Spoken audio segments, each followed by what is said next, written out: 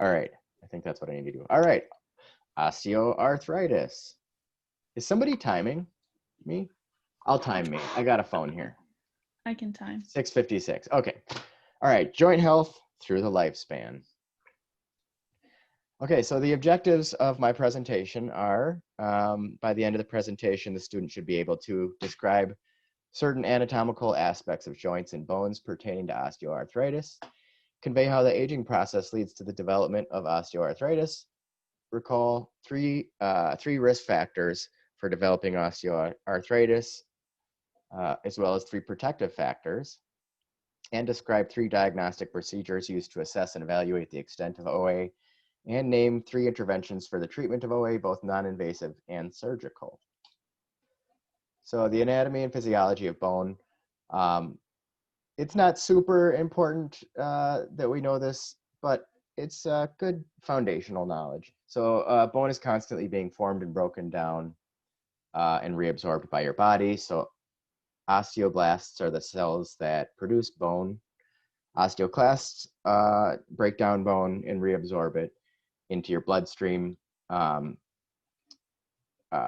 Calcium cells are used for things all around the body, like muscle contractions, nerve impulses.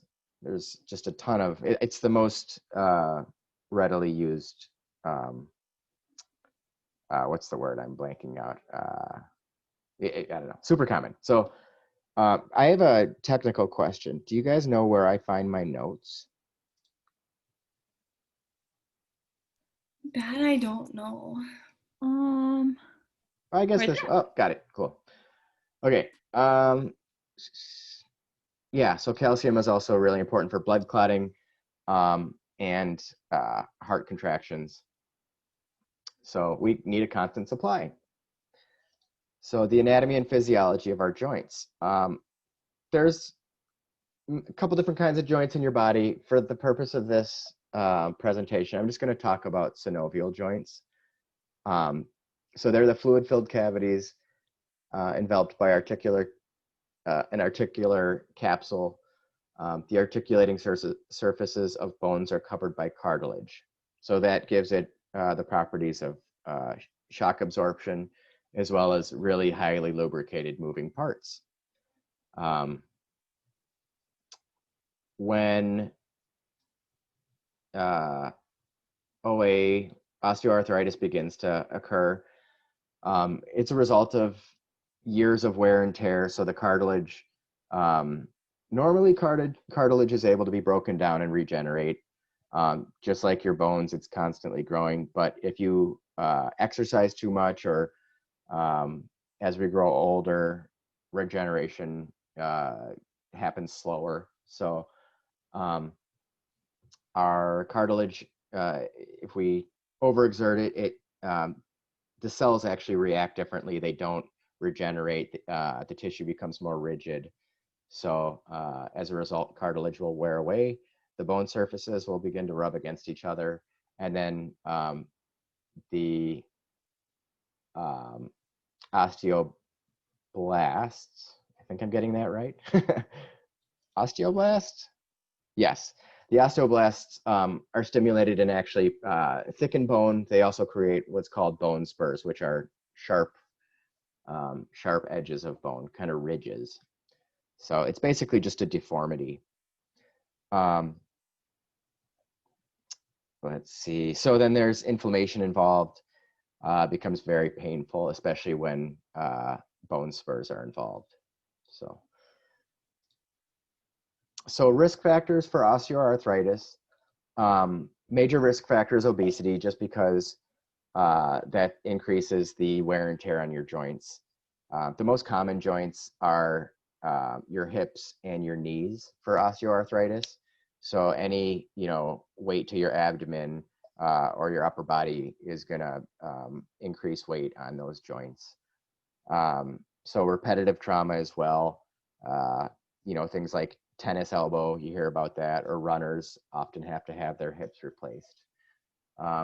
Increases in age, genetic predispositions, gender. So women make up the majority of osteoarthritis cases. Occasionally, somebody will have other predisposing disorders like rickets, or having unevenly linked legs can cause uneven wear. And then other diseases that increase your risk are things like diabetes, hypothyroidism, gout, Paget disease. So protective factors are regular body weight, low impact exercises like walking, jogging, cycling, and swimming. So related to low impact exercises, which I think I was supposed to explain a little bit earlier, is that exercise also stimulates cartilage producing cells in your joints. So doing light exercise that doesn't overwear your cartilage will keep cartilage regenerating at a healthy rate. So proper body posture and body mechanics, avoiding repetitive stress on your joints. A major thing, especially in our line of work, since we're all probably standing much of the day, is getting things like getting the right kind of shoes, orthotics, things like that. If joints become painful, to do things like icing them to lower inflammation, or simply taking a break, just resting our body as we can, as well as getting proper medical treatment. Whoops, did that. There we go. Okay, so diagnostic procedures. So X-ray is the most common diagnostic procedure.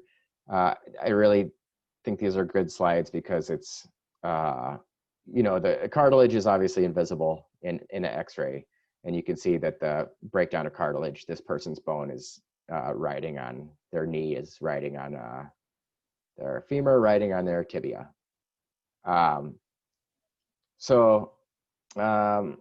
Common diagnostics will be a medical history and a physical exam. Doing visualizations like X-ray, that's the most basic, obviously. And then you have MRIs and ultrasounds. These are able to show the extent of bone damage or remodeling as a result of OA. A clinician might take a blood test to rule out other factors like rheumatoid arthritis. There's also a joint fluid analysis to check for inflammation, infection, and gout. So non-invasive interventions are going to be, the classic hot and cold pack. Hot can decrease pain and increase flexibility in your joints.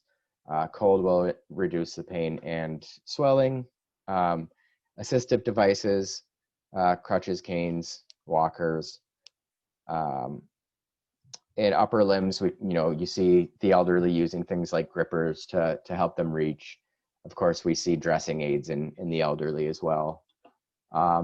Adequate rest, and of course, getting enough sleep is really important. Non-invasive interventions are going to be NSAIDs, both for the pain relief, but also the anti-inflammation properties. Alternative therapies that have been proven to be helpful and effective are acupuncture. Acupuncture is often covered by many people's insurance nowadays. Supplements like glucosamine, chondroitin, which I think are shark derivatives of shellfish, I believe. Oh, we lost Katie. And they are components of cartilage, so it helps you rebuild cartilage. They haven't been fully proven to be effective, so studies have gone kind of both ways about their efficacy.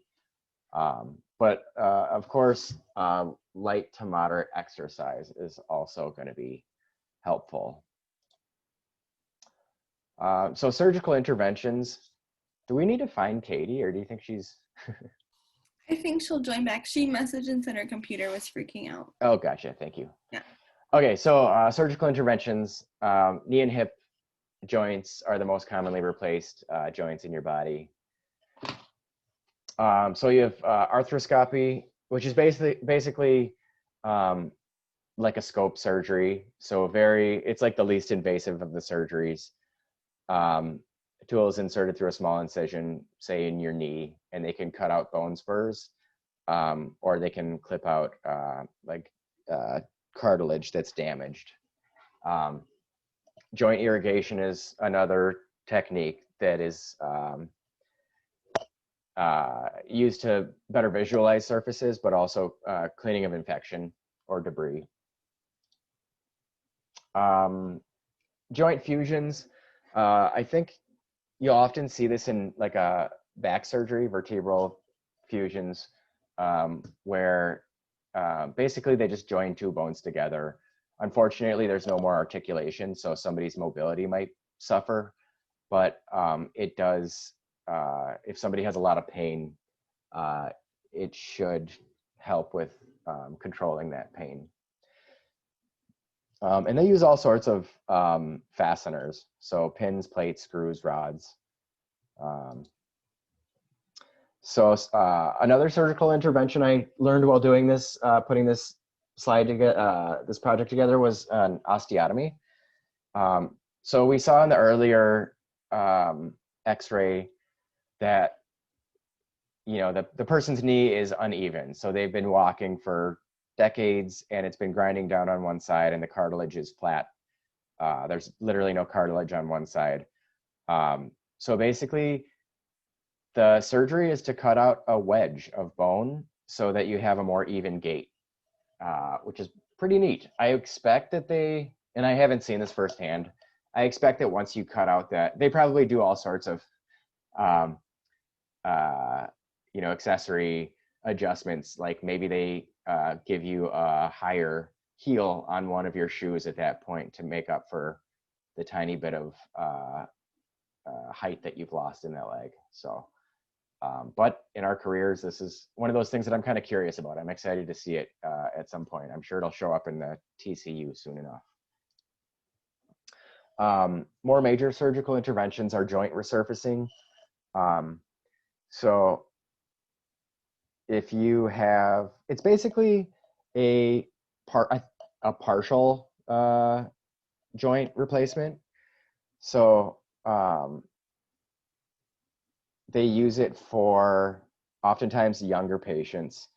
Full joint replacements last about 15 to 20 years. So if somebody's in their 50s and they've got a life expectancy of another, you know, 30 to 40 years, they're going to use a partial, because then they can go back after that wears out and replace the entire hip, neck, femur neck, which I'll show you in the next one. So total joint replacement, it replaces both sides of a moving joint. So in this case, it replaces the socket of the hip as well as the femur neck. And if you guys have ever seen the really brutal internet videos where somebody's like pounding this into somebody's femur, it probably sticks with you. So of course, it's a really complicated, more extensive surgery, so complications can be more extensive. There's things like prosthesis dislocation, infection, delayed healing. And like I said a moment ago, they only last 15 to 20 years. So you'll see these a lot more commonly in the elderly. And of course, they're more appropriate for patients with pre-existing osteoarthritis. So that is my presentation. These are my references. Yay. And I will, do you guys have any questions? Good. So I will email out my quiz in a few minutes here. So Thank you. Thank Thanks, Ethan. Good job. Thank you. And stop.